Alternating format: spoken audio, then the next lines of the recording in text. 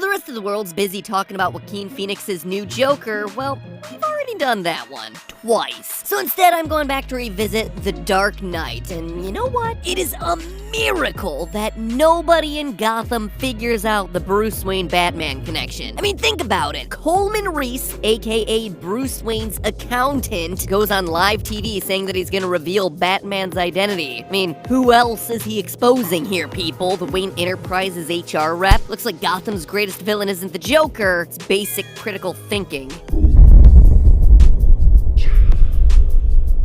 Hello, Internet! Welcome to Film Theory, the show that, at this point, deserves its own place in How It Should Have Ended's villain pub because of how frequently we step up to defend history's most iconic bad guys. Thanos, Scar, Light Yagami, Dr. Doofenshmirtz. But today we're actually tackling one of the biggest, most iconic bad guys of them all, Heath Ledger's Joker from The Dark Knight. Now, I know I'm not the first one to suggest that the Joker might be the good guy in this movie. In fact, one Reddit theory went viral about this exact topic a few years ago, which then got him hired by us as a researcher. Sup, Zach? Hey. But a lot of time has passed since that original theory, and so, with a very different take on the Joker currently now in theaters, our newly combined theorist forces wanted to revisit that post one final time. And at this point, we're both convinced the world has been watching this movie completely backwards. The Joker is the hero in The Dark Knight. He's the hero that Gotham deserves. This isn't just us overthinking things either. It's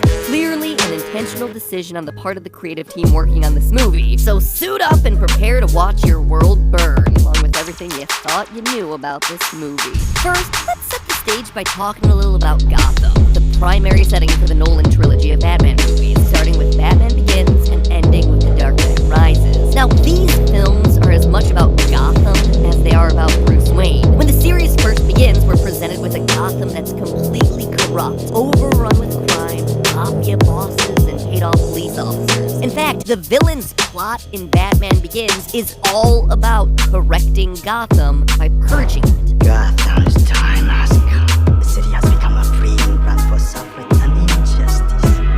It is beyond sin and must be right. And if fake Ra's al Ghul here sounds a bit harsh, well, that's because he is. But he's also speaking from past experience. You said Gotham before. Of course. In fact, if you rewatch Batman Begins and only focus on the League of Shadows and Ra's al Ghul's motivation, it's hammered over our heads repeatedly that their only goal is to hit reset on Gotham, a city that they consider to have become so rotten that they can no longer save it. The forest goes too wild.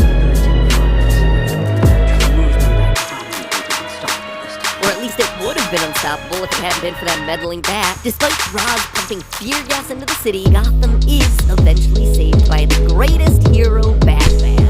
Or is it? You see, movie 2, The Dark Knight, picks up about a year later, and things aren't looking much better for Gotham than when we last left them. Oh sure, Batman is cleaning up petty criminals here and there on a case-by-case basis. He's been powerless to do anything about the true institutional corruption that pervades the city. The mafia is still running wild. Corruption is still everywhere in the police station. Heck, we're even starting to see the negative effects of Batman himself in the city. Despite trying to clean up crime, Batman's vigilante justice has only resulted in one major thing: escalation of the criminals. The looming threat of Batman being out there threatening to foil any underhanded behavior has forced the criminals to get more extreme in their behaviors. They now use bigger guns and have themselves more protection. It was actually something the soon-to-be Commissioner Gordon worried about in the first movie of the trilogy. We start carrying semi-automatic, they buy auto. We start wearing Kevlar, they buy armor-piercing rounds. And what do we have at the beginning of Dark Knight? A lowly drug dealer traveling heavily armed with multiple guard dogs. Gordon's fears have become fully realized. Escalation is happening, and it's all the result of Batman. Enter the Joker, who describes himself as Agent of Chaos. I wouldn't know what to do with him if I got caught. He robs banks, blows up hospitals, sets up impossible game theory-esque scenarios where lives are constantly being threatened. Wait a minute, game theory? I love that show. Anyway you slice it, he is a villain in every sense of the word.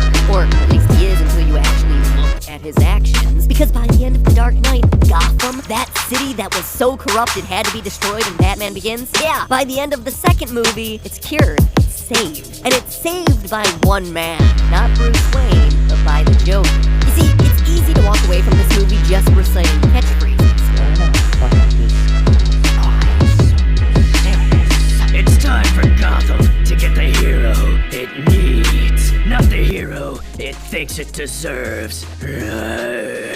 But if you pay attention to the plot, the Joker's ability to understand human behavior and set up dominoes to fall in just the right way is practically ingenious. When the movie begins, we watch as the Joker robs a bank, not for the money, but to alert the Mafia to the fact that their money is being actively tracked. The problem is our money being tracked by the cops.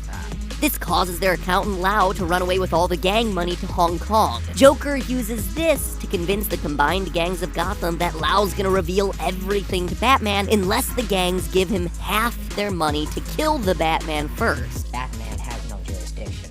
He'll find him and make him squeal. What do you propose we kill Batman? Two will. Half. When Batman does, in fact, do exactly what the Joker predicted and extradite Lau forcibly, Lau starts singing like a bird, and the gangs give in to the Joker's demands. But Joker isn't content with just half the money at this point. He allows himself to get caught by the police in order to kidnap Lau and get himself all of the gang's money. Money which he then promptly burns. It's not about money, it's about sending a message. Everything burns. In this series of moves, the Joker has now bankrupted the Mafia. The gangs of Gotham are now broken and penniless, something that no one has been able to accomplish yet. So with that out of the way, the Joker then turns his attention towards the final evil that's plaguing Gotham, that lunatic jumping off of rooftops in a ninja costume that the police refuse to do anything about, Batman. But his plan isn't to kill him. Oh no, killing the Batman would just encourage more vigilantes to take up his mantle, just like the random dudes that we see at the beginning of the movie, who are woefully underprepared for the world of hurt that they're getting themselves into. The only way to end the Batman problem is to get him to quit, to retire, to disappear, and instead have the city recognize a more wholesome, brand-safe, traditional hero. To do this, Joker lures Batman to a construction site using hostages, while his real Face in the hole. works its magic in the background. You see, by manipulating Gotham's golden boy Harvey Dent into becoming a homicidal monster, Joker leaves Batman with little choice but to kill him. Batman is forced to break his one rule, and in the process, he realizes that he has to retire. To salvage Harvey's reputation and give Gotham the hero it can believe in, he tells Gordon to blame all of Harvey's murders on himself, and Batman just gives up. That's it, game over, he retires. For the next 8 years, up until the events of Dark Knight Rises, Batman stays retired. So at the end of Dark Knight, we have ourselves 3 key things. 1, a destabilized mafia that's penniless. 2, most of that mafia and corrupted officials in jail thanks in part to the passing of the Dent Act, which honored the supposed hero of Gotham by denying appeals to criminals found guilty in those corruption cases. And 3, no more lawless vigilantes roaming the streets. That means that for 8 years after the events of the Dark Knight, Gotham was the paradise that Bruce Wayne and Ra's al Ghul never thought would come. The mafia defeated, dozens of corrupt cops either discovered or killed, the ineffective alcoholic commissioner replaced by the incorruptible Jim Gordon, and no need for heavily armed vigilantes. And that, dear theorists, was Joker's intent the entire time. He saved a city that everyone thought was beyond saving. You're crazy. No, I'm not. Now, the first thing that a lot of fans are probably thinking is, no, Joker's an agent of chaos. You played that exact clip earlier in this episode. You know what I am? I'm a dog chasing cars. I wouldn't know what to do with one if I caught it. I'm an agent of chaos.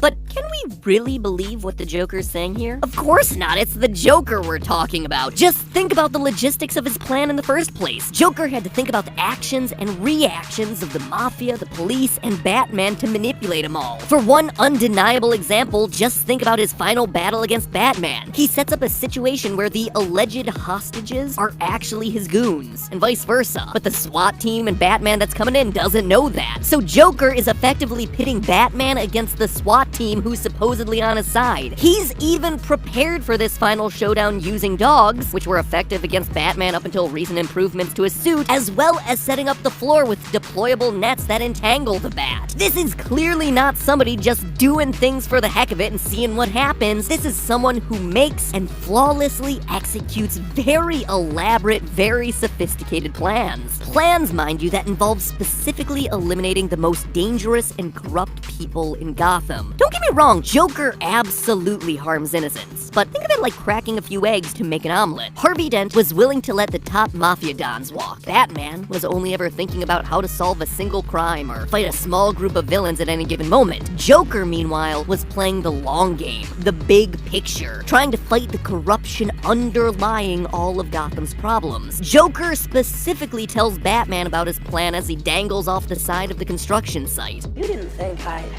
risk losing the battle for Gotham's soul in a fistfight with you. You need an ace in the hole.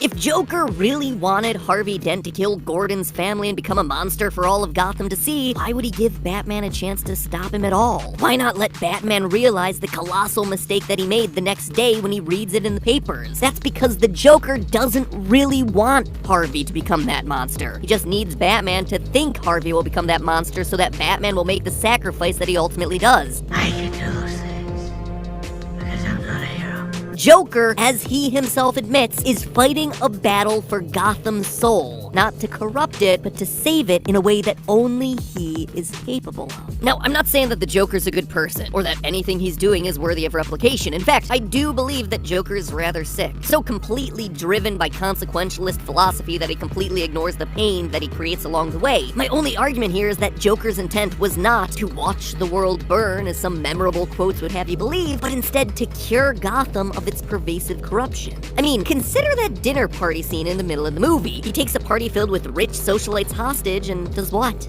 Nothing. I mean, he scares them with his little scar story, and he gets Batman to jump out a window, and that's it. No one else is harmed, no one else is robbed, no one's targeted or killed. He focuses on Batman, and then he leaves. And it does seem like the movie intends for this to be the case the entire time. Alfred, in the middle of the movie, has a story that he used to try and explain the erratic behavior of the Joker. Super famous scene from The Dark Knight, but when you actually stop and look at his story, it doesn't really seem to mean what he thinks it means. To refresh you on the contents of that story, a thief was stealing precious gems from a local government, but rather than selling them, he was just handing them out to the children because, as Alfred put it, Because he thought it was good sport. the only problem is that Alfred is totally and completely wrong about the thief's intent. Let's listen to Alfred set up this story. A long time ago, I was in Burma. My friends and I were working for the local government. They were trying to buy the loyalty of tribal leaders by bribing them with precious stones. That's right, these weren't just random shipments of valuables between companies. These stones were specifically being used to bribe tribal leaders into submission. The locals had every reason to try and intercept those caravans to try and protect their own sovereignty. The British controlled Burma from 1824 to 1948, and just like, well, pretty much everywhere the English invaded, the Burmese people weren't particularly keen on this foreign power impressing their values and way of life onto the indigenous people half a world away. Alfred thought that the thief just wanted to watch the world burn because he believed in chaos, but in the end, it's Alfred and his friends that were doing all of the burning. That bandit in the forest in Burma. Did you catch him? Yes, How? we burned the forest down. If the thief truly wanted to burn the world down, well, it wouldn't be hard to set the forest ablaze. As Joker points out himself, I enjoy, dynamite, and gunpowder, and gasoline. And you know the thing that they have in common? They're cheap. it's ultimately the men who think they're protecting justice who wind up burning the forest down. And they blame the man who just wants to save their home. That's true of Alfred's story, and it's a direct parallel with Joker's role in The Dark Knight. You can't see yourself as the villain when you think you're the hero. And that, my friends, is the twist that also happens to be the cruelest joke of them all. But hey, that's just a theory. A film theory. And sure, dynamite, gunpowder, and gasoline may be cheap, but they could be even cheaper thanks to the sponsor for today's episode, Honey. You ever buy something online and then find out you could have gotten it for less? It's enough to drive a person crazy. And while Batman may be the hero that Gotham deserves, Honey is the hero the internet deserves. Honey's a browser extension that scans the internet for coupon codes and other discounts, and then like magic, it automatically applies the one with the biggest savings to your cart at checkout. It knows about every coupon code, sale, or discount at over 20,000 sites, like Amazon, eBay, Best Buy, Target, more. Literally nothing can hide from Honey, just like no criminal can hide from Batman. In fact, the viewers of Film Theory who've already installed Honey have saved themselves in total $161,000. And it doesn't even have to be big stuff either. I just got myself an order from Pizza Hut to have myself a personal Friday night pizza party, and it saved me $8.33 on something that I literally buy every single week. I mean, $8.33 that I'd be overpaying every week? That adds up. A couple weeks and I'm saving myself enough to buy a Switch game. And best of all, Honey is entirely free. If you're good at something, never do it for free. Joker apparently has never heard of Honey, because it is indeed free. It gets itself a commission from the seller for every deal that it helps you save money on. That is how easy this thing is. There is no reason to keep throwing that money away. All it takes to install is just 2 clicks. Click 1,